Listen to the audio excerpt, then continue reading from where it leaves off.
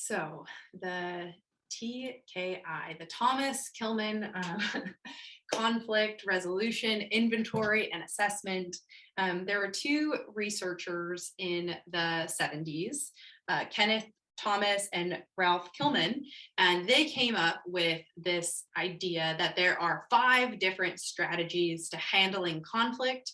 Not one is better than the other, but we have a certain order to how we go about handling conflict. So within these 5 strategies, we start with one, and then if that doesn't work, we go to the next one. And if that doesn't work, we go to the next one. And then we have these remaining 2 that are harder for us to access, but not one is better than the other. But it does explain why we might not, well, why we butt heads with people sometimes, why there's no conflict in certain relationships when there really should be for more productivity and intimacy. But maybe you have 2 types that are avoiding things all the time. So the different modes are competing, avoiding, compromising, collaborating, and accommodating. And something to keep in the back of your head is language can actually be really limiting, can be really limiting. So when I even put these 5 modes, which ones do you think are the worst? Which ones do you think are the best? And we kind of have these, biases and baggage from the English language that comes with these different words: competing, avoiding, compromising, collaborating, and accommodating. And the first thing I just really want everybody to get and have ingrained in them is not one is better than the other. And there's times where you want to access each of these. And then there's times where, you don't want to access each of these. There's a benefit to it and a time where that benefit is not the right strategy to go about. So what is conflict? It's quite simply, it's a dispute between 2 people. And I like to think of it can, again, the English language, it can feel like a dirty word. Conflict is really healthy and it builds good candor in organizations. And Amy Edmondson, an organizational psychologist, talks about how having candor in organizations is what builds psychological safety, which is what makes the perfect team, in however you want to define that. And the way she defines it is teams that are more productive and innovative. And these are teams that are working really well together. Well, they have something called psychological safety, which comes from being candid with one another. So conflict is good. It's like this healthy friction that happens. You've probably heard this analogy before, but when a bunch of rocks are in a rock tumbler, they're hitting one another, their jagged edges are rubbing up against one another. And after that conflict and friction happens, what's the outcome? Right? You have these beautiful rocks that, because of one another, because there was that healthy friction and tumbling that happened, you have this beautiful gem of a rock that wouldn't be there if the conflict wasn't there. My rule of thumb for relationships is, if I want to continue being in relationships with people, or relationship with someone or a group of people, I will have conflict with them. I'll address what didn't work.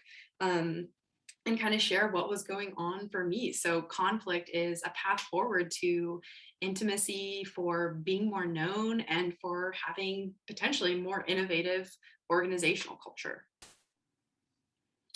So there is a matrix when it comes to the TKI. So these 5 different modes or strategies overlap with this idea of cooperativeness and assertiveness.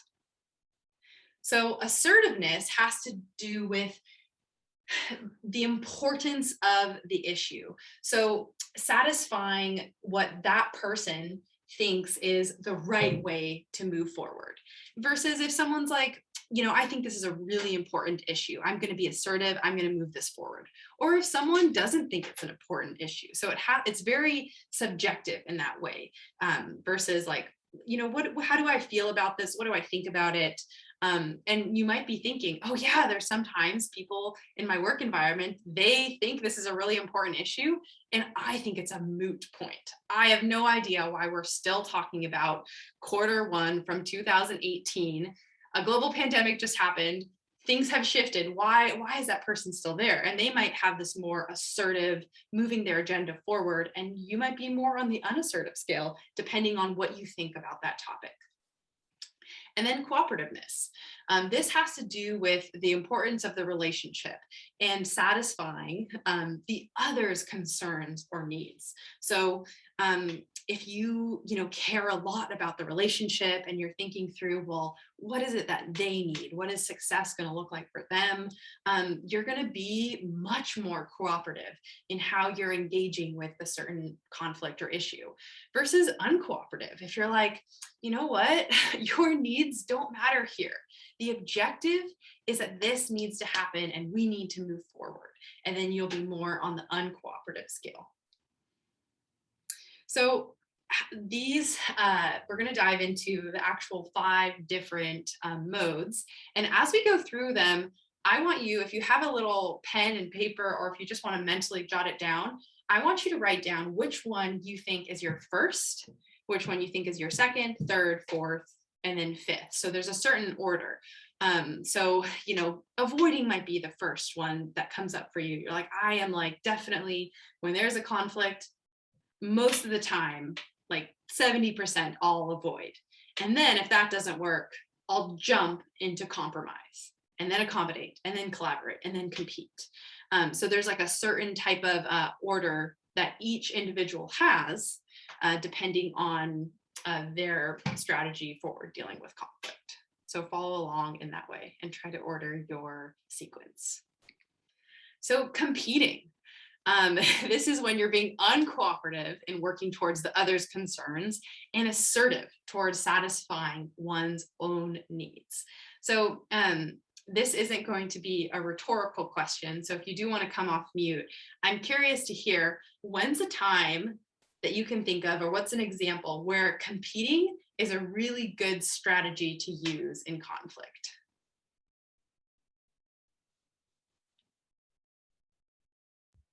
Sports. Yeah. And do you have an example?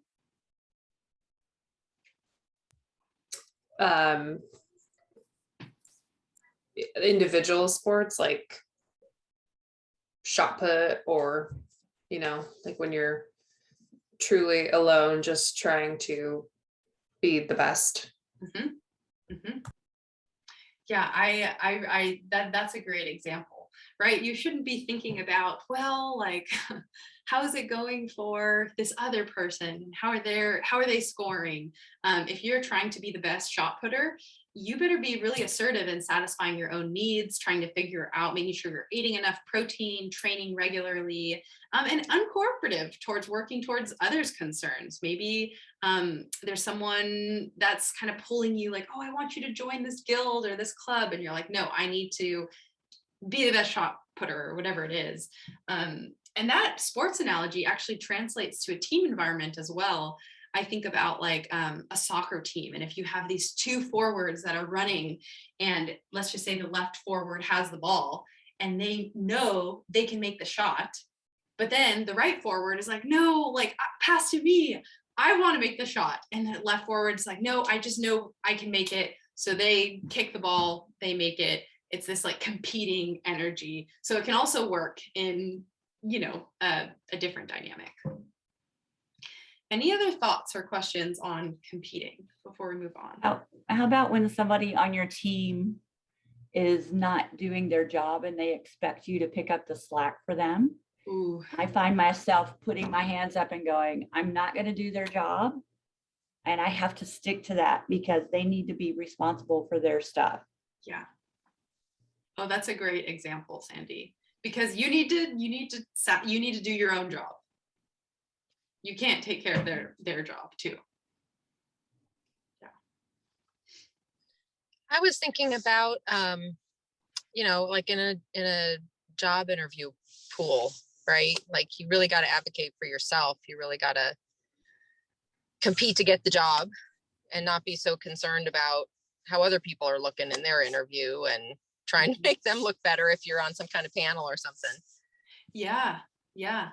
That's another really good example. Or navigating pay. Mm-hmm. Yeah. Or some sort of maybe like title or a shift or a raise. Yeah. The next one, we're going from cooperative to uncooperative. And this is the avoiding strategy. So this is working towards others' needs and being unassertive toward satisfying your own needs. So what's an example when an avoiding strategy might be really helpful when engaging with conflict?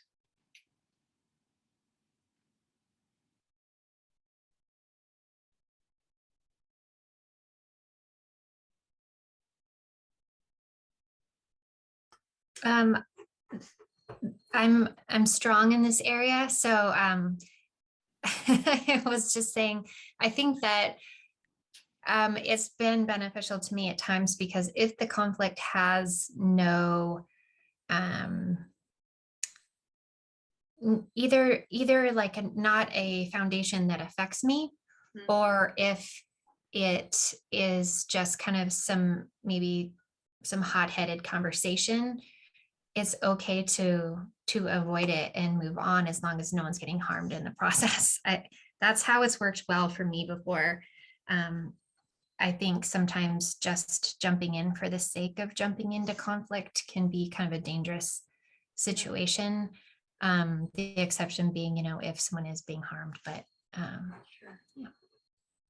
Yeah, Gina, that's a really great example. Like, let's just say someone's tempered and they're yelling at you, or and you feel even like maybe you want to yell back, but will that actually be a productive result? No, right? If they're tempered. So even though, maybe satisfying your own need would be showing some of your own rawness or responding in that way, but actually like pulling away and avoiding and saying, no, this person needs to deal with what's going on with them, is a really good strategy. Can I jump off of that? Please. I think there's been some strategies that I have learned of just recognizing that somebody might not be in their frontal lobe, right? They're not rational in the moment.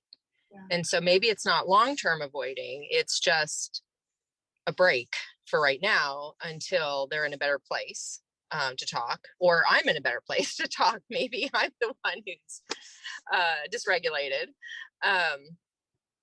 But then there are people that can become like, you just know that no matter what approach you take, it's not going to result in positive movement in whatever the discussion is. And so that's another time to just avoid, to not keep trying and banging your head against a wall. Exactly. Yeah. Not expending that energy. Andrea, so I'm a 9 also. And so what you just said really made a lot of sense to me when you said, maybe I'm the one that's dysregulated.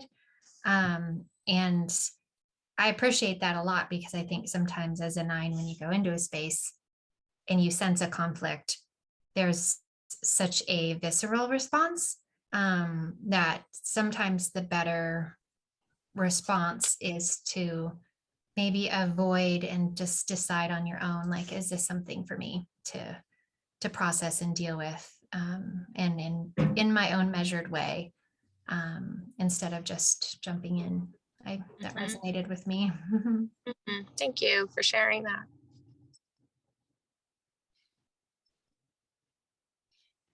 Yeah, I like thinking of ways how all these instruments or tools touch and like overlap with one another. So thank you for bringing in that dimension. The next one we're going to talk about is compromising. And this is when there's a lot of indifference happening. So I like to think of it almost like, it's like a win-win. It's not a win-win, but it's almost like a lose-lose. You're gaining maybe a little bit, but you're also losing a little bit. And you're you're indifferent towards satisfying the person's needs. And then also you're indifferent toward figuring out what your concerns are and what their concerns are. So what would be a helpful time where the compromising strategy would be beneficial or helpful? Dinner. Say more. Deciding what to cook, what to eat every night. No one wins. I love that. Yeah. That's really good.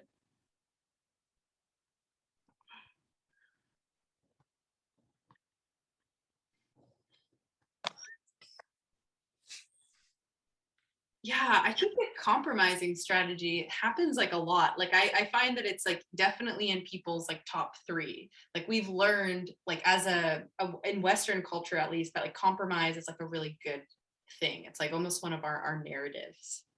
Mhm. I think of this in like work situations where, you know, you're trying to plan something or you're trying to problem solve and you just all come together to just say, you know, well, what about this idea? And like, from my perspective, I think this would work. Like when people can come together objectively and just put everything on the table and then figure out what the solution is together. Yeah. Yeah, that's a good example. And especially when you have that many people coming up with a solution, it's definitely not gonna, I mean, the chances that it's satisfying everyone's needs is really low. And folks just kind of have to be like, okay, we just need to move forward. So I need to not think about how this is going to satisfy my needs and everyone else's, but we just need to make a decision. Collaborating. This is when you're being really cooperative and working towards the other's needs. So you're tuning into what the other wants and figuring out how to make it work for them. And you're being assertive toward satisfying your own needs. So tuning into yourself and figuring out what you want, and then having it be like this 100% fit to what the other person needs and wants, and then moving forward in that manner.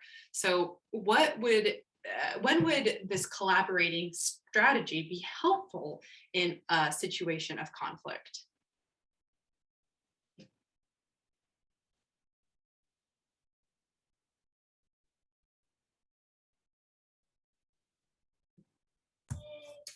Politics, Hmm.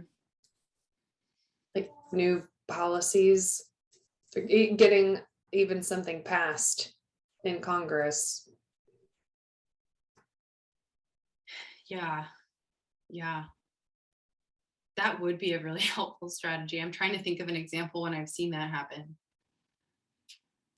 Yeah, I mean, a bill comes through, right? And then like they add, in order to pass both, you know, across both aisles, then they have to include things that the other person wants to, but you want your agenda passed. So Yeah. I'm actually like thinking about there was this clip that was Mr. Rogers he was talking to somebody in the government to get like a grant, and it went viral, and he was advocating for television as not this like evil thing that was being consumed at the time, but that it's an opportunity to educate kids. And if they got the grant, then this TV program could still be going, which would be a win for this other party, but also it would be a win for their program because they would have this money. And it seemed like a political collaborating energy. Yeah, and this one's one that I also like to, just ask, because we have our biases when it comes to these terms. When would collaborating not be a helpful strategy in conflict?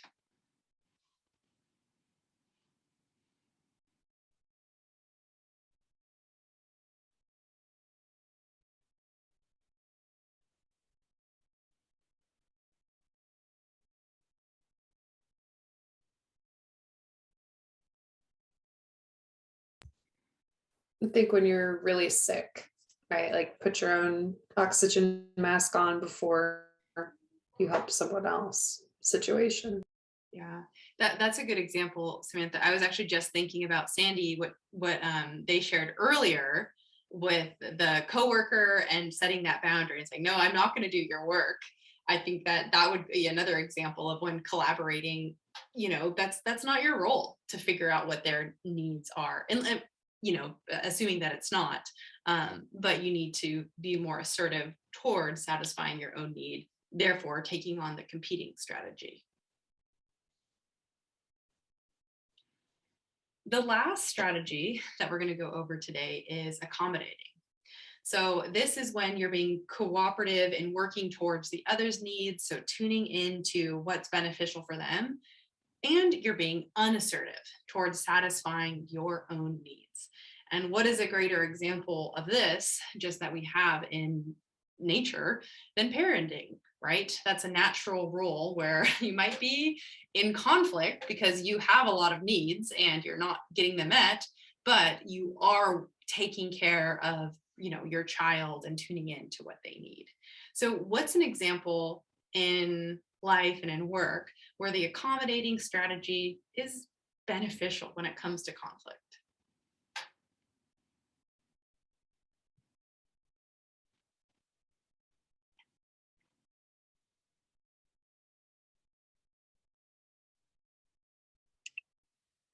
I don't know if I have a specific situation, but for me, I'm thinking that's a situation where Okay. how the decision impacts me isn't going to have a negative impact on me, a too big of a negative impact, Yeah. Where I don't have the need to somehow protect myself or my work or my role or whatever it might be. And so like, I'm kind of thinking we're going into a big event this next week, that there might be lots of opportunities there where, I may be tired, but I'm going to be accommodating because we have all these people, attendees coming. And so I can put my needs aside Yep. for that time. Yep. That's a really good example, right? You have this big event coming up. It's time to be cooperative, accommodating toward the team, and not maybe petitioning for a raise or saying, I need this right now, or can everybody listen to me? I mean, depending on the situation, of course, but that's a really good example. Yeah. I think about also Daniel Price, who was a CEO or is a CEO of a company in Seattle. And he took a really big pay cut. I don't know the exact number, so I'm not going to just fib, but look it up. Daniel Price, in order to pay his employees more. And when I think about that, I'm like, oh yeah, you're being very accommodating in the salaries of folks that are working for you, and unassertive when it comes to satisfying, making more money or what he potentially needed.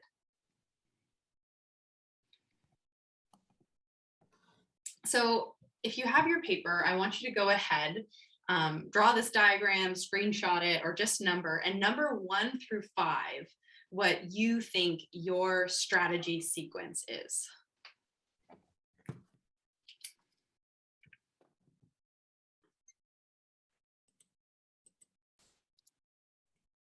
Stop share.